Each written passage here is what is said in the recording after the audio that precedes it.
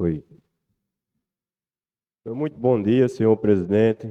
Bom dia aos colegas vereadores, a vereadora Lidiane e a vereadora Fátima aqui presente. Muito bom dia a todos os funcionários desta casa, ao público aqui presente, todo mundo que nos acompanha de casa, nos acompanha pelas redes sociais, pela Rádio Conexão. Gostaria de saudar a todos em nome de uma figura especial que nos está presente hoje nesta casa, que é minha filha, né? A razão do meu viver, Alice Cordeiro, hoje está presente aqui na casa. Iniciando meu discurso, foi assim que eu comecei.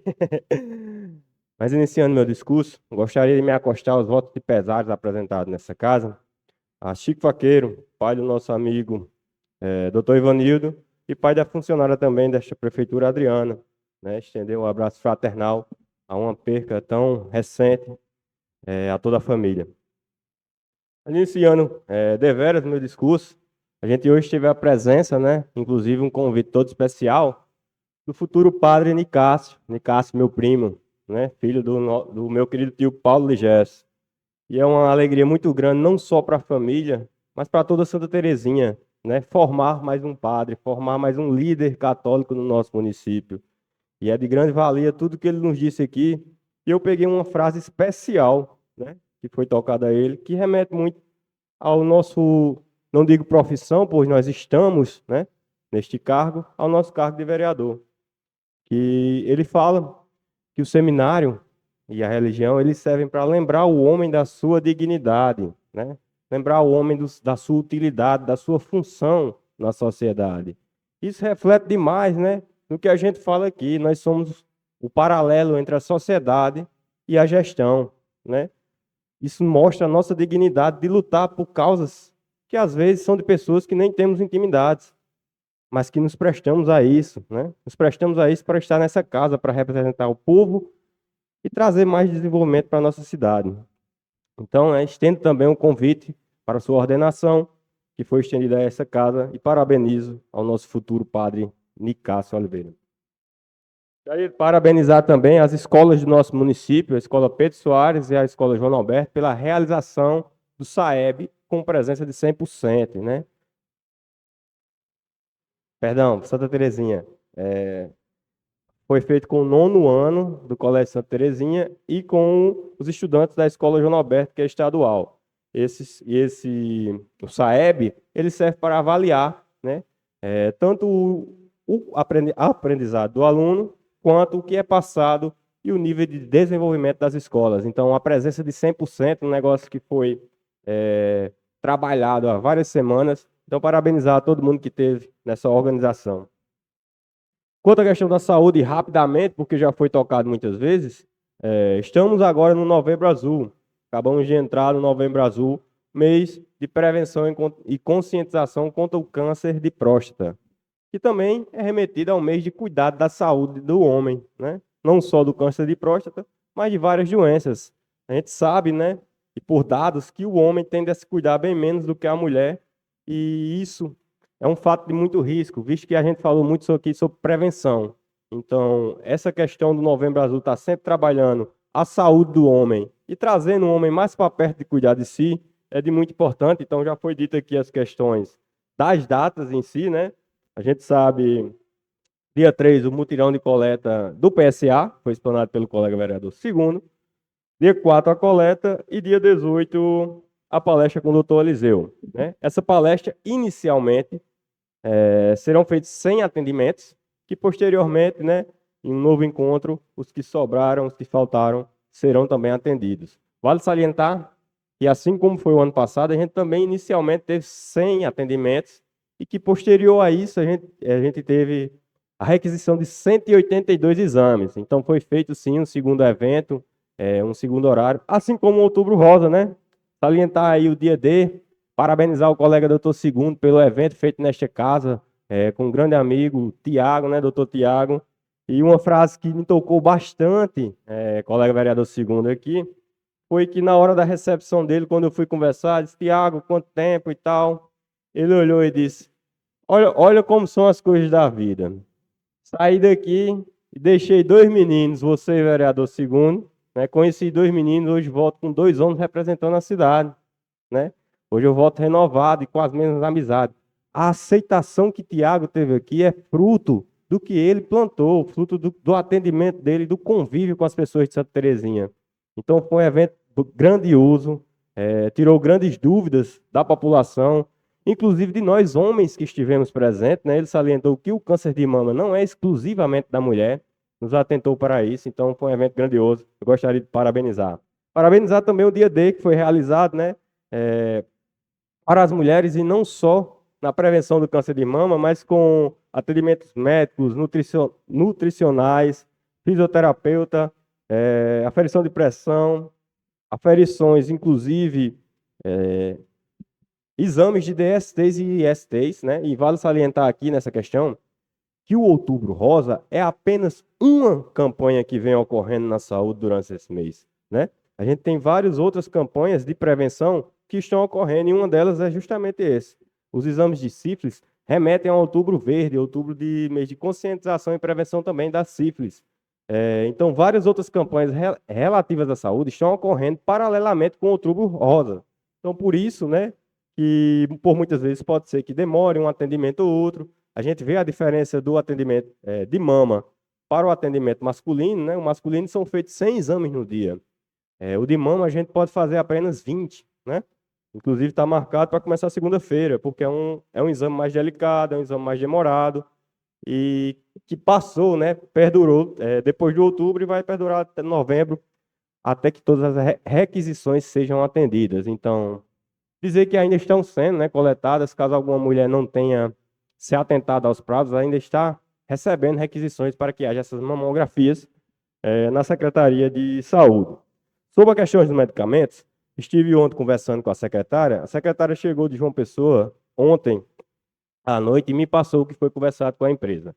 De início, e que já foi assunto de requerimentos dessa casa, fizemos uma solicitação, na verdade, a secretária fez uma solicitação à empresa licitante para que fizesse, né, um carregamento que durasse, no mínimo, até fevereiro do ano que vem. A gente sabe que esse período de fim de ano, várias empresas entram em recesso, inclusive as empresas transportadoras.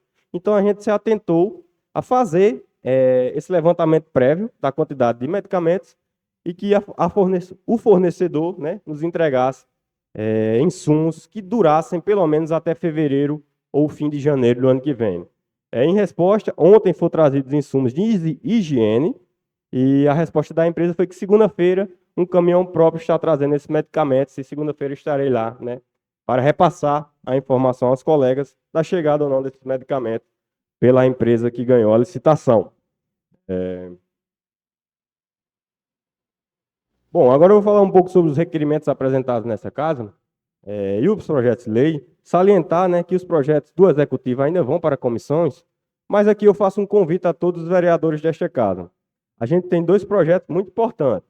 Um, que vai dar diretrizes para as eleições nas comunidades e associações, e eu creio que todos os vereadores têm uma associação de mais afinidade, têm uma comunidade de mais afinidade, então a gente vai fazer essa reunião para discutir e poder levar a essas comunidades o que está sendo trabalhado aqui. Então acho muito importante convidar todos os nobres vereadores para fazer parte dessa reunião quinta-feira da Comissão de Justiça, tanto para avaliar isso, como esse outro projeto da expansão territorial, né? Inclusive, a gente é um assunto tão interessante que a gente quase tomou a fala do vereador Zé do Egito aqui na apresentação do mapa, né, vereador?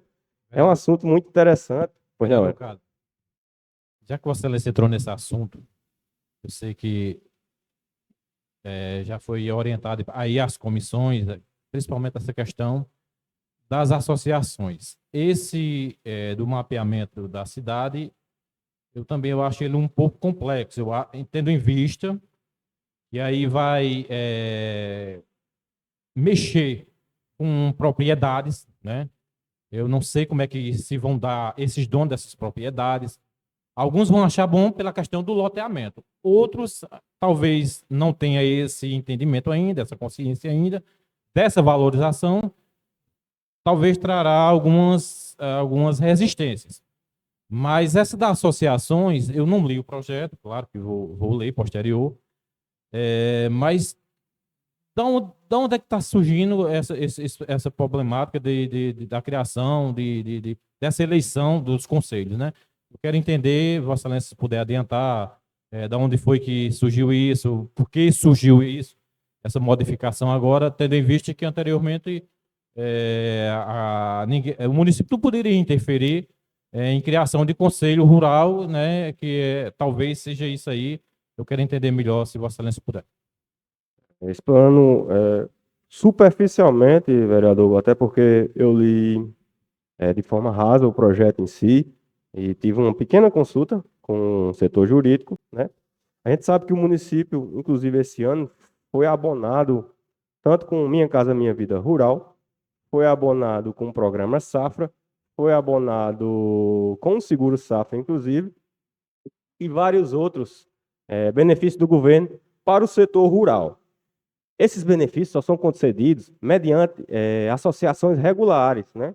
Associações que estejam devidamente regulamentadas no município. E o município quer apenas regularizar a questão do processo eleitoral, para que seja um processo válido e avaliado por lei. A gente não tem uma lei hoje municipal que regimente essa questão da eleição de comunidades em si. Vale salientar que não vale só para comunidades rurais, por exemplo. Se a gente tiver uma associação de atletas de Santa Terezinha, também vai regulamentar essa eleição para que não hajam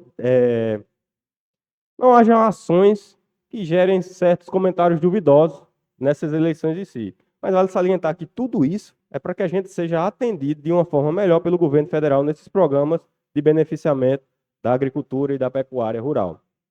E a questão da expansão territorial é justamente o que a gente vem batalhando muito aqui, a questão do plano diretor. A gente se prevenir para esse crescimento urbano da cidade. A gente prevenir, por exemplo, a questão... Acabamos de falar sobre esgoto. Eu acho interessante, já vou adentrar nessa questão. Essa questão de fazer um esgoto, né, é muito interessante, um pensamento muito altruísta. Mas a gente tem que pensar no final. Se a gente tira o esgoto dali, para onde ele vai? Qual será o destino final dele? A gente não vai prejudicar quem está mais à frente? Seria interessante a gente trabalhar, visto que lá a gente tem uma área de instrumento público gigantesca, né? A área que foi limpa é a área de instrumentação pública, ou seja, a prefeitura tem a posse para construir prédios que beneficiem a população. Seria muito interessante se juntar todos os vereadores e solicitar uma extração de tratamento de esgoto para a nossa cidade, né? Fiz um requerimento nesta casa solicitando um jardim público lá. Por quê? Essa água que sai é uma água destratada que não serve para uso, mas serve para irrigação. Nós tivemos aqui, e temos todo ano, a festa da padroeira, que remete às rosas de Santa Terezinha. Imagine só um jardim público de Santa Terezinha que planta inúmeras rosas que sejam ofertadas nesse período de festa de embelezamento da nossa cidade. Então, a gente pode também sentar e discutir isso na reunião da Comissão de Justiça. Quanto só a questão do requerimento do colega vereador Ed Carlos, do projeto de lei do colega vereador Ed Carlos sobre a retirada dos fios, né? E seria muito importante, porque a gente já vem batalhando há cerca de 3, se eu não me engano, 3 ou 4 anos para a retirada daquela antena ali, né? E a empresa, ela tem e é segurada por lei que a gente não pode tocar, só quem pode retirar é a empresa. O poste é a mesma coisa, de alta tensão, e é todo um trâmite, né, toda uma burocracia chata, e com essa aprovação desse projeto de lei, a gente vai ter uma legislação municipal que regimente isso, né? A gente está perdendo hoje uma praça porque tem uma antena gigantesca no meio dela. Falar também sobre o meu projeto de lei, e agradeço a todos que aprovaram, né? Hoje é uma alegria enorme poder representar aqui nesta casa uma classe que foi alicerce para a fundação do nosso Nordeste, não só do Nordeste, mas como todo o Brasil. Representar a classe dos vaqueiros, né? A classe que foi uma das profissões primordiais no nosso país e que até hoje, né, emprega e oficia várias pessoas do nosso município. Hoje, transforma em esporte uma prática que trouxe, inicialmente, o ganha-pão para os vaqueiros do nosso município, né? Inicialmente, os grandes proprietários de terra selecionavam uma quantidade de vaqueiros para que fosse arrebanhar o seu gado que estava na manga.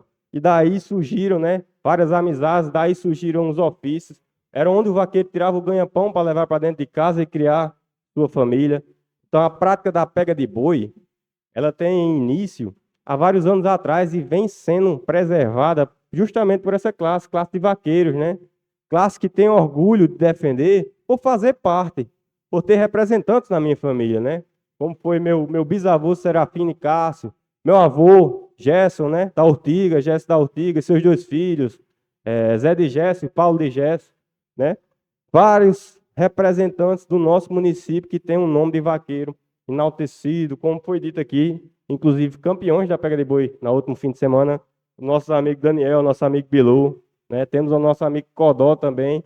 E essa classe que hoje pratica um esporte chamado pega de boi no mato só quer apenas ser reconhecido. E diga-se de passagem, que esporte, né? Um esporte que remete a uma prática milenar. Perdão, uma prática milenar não, uma prática secular, uma prática feita pelos nossos antepassados, que hoje traz diversão, traz economia também, traz cultura ao nosso município. Então, hoje, poder representar a classe vaqueira, poder transformar e apresentar um projeto de lei aprovado por esta casa, que reconheça a pega de boi no mato como esporte e seus praticantes como atleta, é de grande gratidão a mim, né? É de grande gratidão reconhecer esses grandes guerreiros do nosso município. Vale salientar que não é uma prática apenas de gente grande, gente mais velha. Vereador Pois não, Cato, só Verano. para complementar. Esqueceu ainda do vaqueiro Chico Serafim, grande vaqueiro. E dizer que essa questão de pega de boi, ela veio do índio, desde a época do índio. Ela tem um milenar, posso dizer. Portanto, é uma cultura nordestino. Eu tenho orgulho de saber que em Santa Terezinha, o avô de Nego Écio, que é um dos maiores vaqueiros do Brasil, chamava Epitácio Loreto. Ele desbravou aquela região ali, pegando boi com Epitácio, né?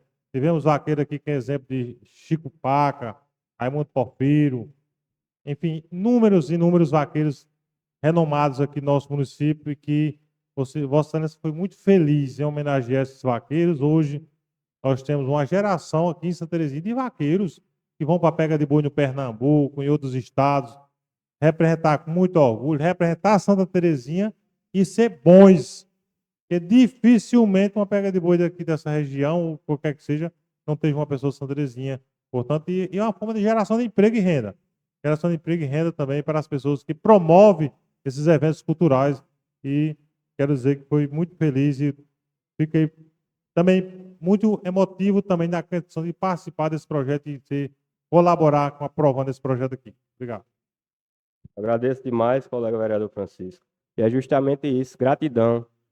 Gratidão a quem desde tempos antigos levantava antes do sol, né?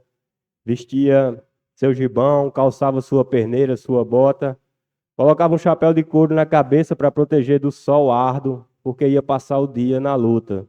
Luta essa, muitas vezes, uma batalha travada com animais com um quíntuplo do seu peso, animais grandes, mas que com grande valentia o vaqueiro nordestino enfrentava, tendo em mãos apenas sua coragem, sua vestimenta, né, e a fiel companhia do seu cavalo. Então, é com muita gratidão que hoje aprovo e homenageio todos os vaqueiros da nossa cidade, transformando a pega de boi num esporte.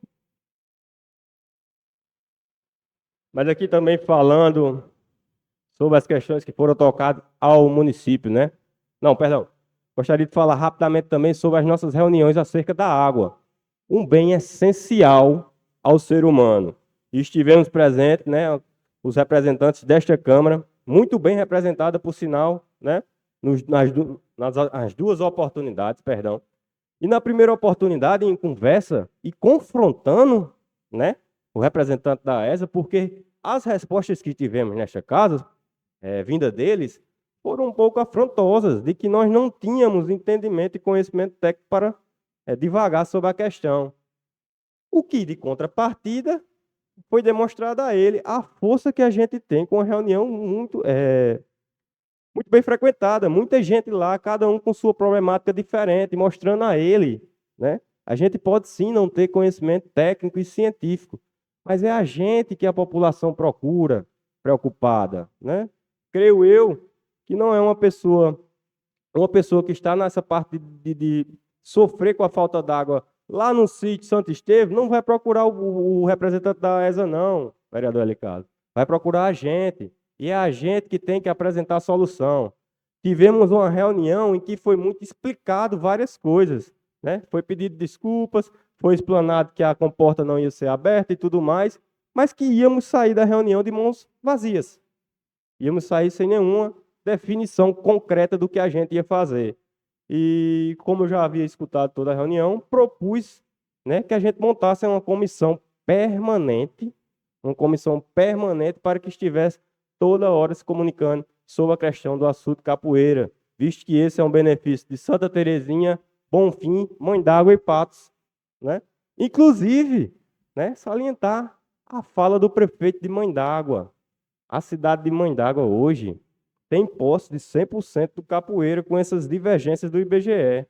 E ele olhar para a gente e dizer, é muito difícil a gente ser dono de um manancial tão grande e não ter água no município, ter que usar poço, né? Então, eu me acostei a essa situação de Mãe d'Água, que apesar de tudo, apesar de faltar água em Santa Terezinha, a gente tem sim essa adutora, né, vinda de lá do capoeira, inclusive conseguida por meu pai, solicitada ao governador Ricardo Coutinho, e que Ricardo Coutinho brincava que o segundo bom dia dele, na posse, não deu tempo nem de tirar o paletó, era meu pai solicitando essa adutora, que resolveu um problema gigante aqui em Santa Terezinha, que era a falta d'água. Então a gente foi lá lutar por isso. Quais são as soluções que tivemos nos 2 encontros, né?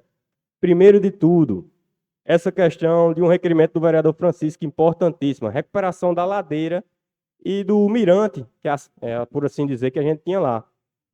Se a gente tiver um número de visitantes grande, se a gente tiver, por exemplo, uma novena, uma capela, um centro de eventos na localidade, a preservação vai ser muito melhor. Então, a gente está trabalhando aqui na cidade muito a questão de turismo, que veio junto com o estabelecimento do Parque Nacional do Teixeira. Então, estabelecer o turismo ali é implementar uma fonte de renda, é implementar um cartão postal, como foi dito por uma agricultora, que inclusive foi uma das solicitantes, né? Para quem já viu o açude do capoeira cheio, é uma visão de encher os olhos. Então, a gente trabalhou justamente nessa questão. A infraestrutura em si, vamos concluir. A infraestrutura em si do capoeira e todas as cidades que querem contribuir com essa questão, contribuir com cuidado, né? Se a gente tivesse essa parceria AESA com Santa Terezinha, Bonfim, Mãe d'Água, Patos, a gente teria um controle muito maior.